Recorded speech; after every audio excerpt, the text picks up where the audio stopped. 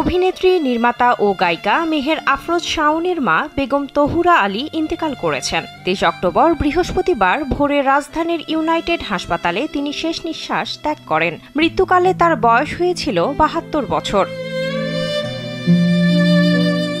সামাজিক যোগাযোগ মাধ্যমে মায়ের মৃত্যুর খবরটি নিজেই জানিয়েছেন শাওন। আবেগঘন এক পোস্টে তিনি লিখেছেন, নিশ্চয়ই আমরা আল্লাহর এবং নিশ্চয়ই আমরা তার কাছেই ফিরে যাব। ভারাক্রান্ত হৃদয়ে জানাচ্ছি, আমার মা বেগম তহুরা আলী পরলোক গমন করেছেন। মহান আল্লাহ যেন তাকে ক্ষমা করেন, জান্নাতুল ফেরদৌস দান করেন এবং আমাদের সবাইকে এই শোক সইবার শক্তি ও ধৈর্য দান করেন।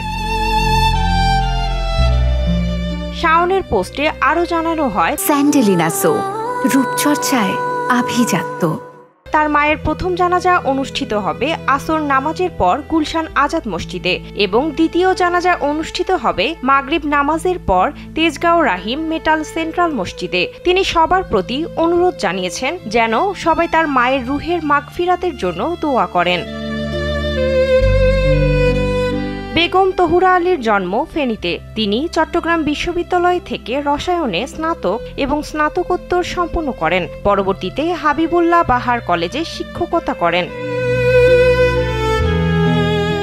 রাজনীতিতেও সক্রিয় ছিলেন বেগম তহুরা আলী। 1996 থেকে 2001 সাল পর্যন্ত প্রথম দফায় এবং 2009 থেকে 2014 সাল পর্যন্ত দ্বিতীয় দফায় সংসদ সদস্য ফেনী ও জামালপুর শেরপুর আসন হিসেবে দায়িত্ব পালন করেন। পাশাপাশি তিনি সিটিজেন মার্কেটিং লিমিটেডের চেয়ারম্যান ছিলেন।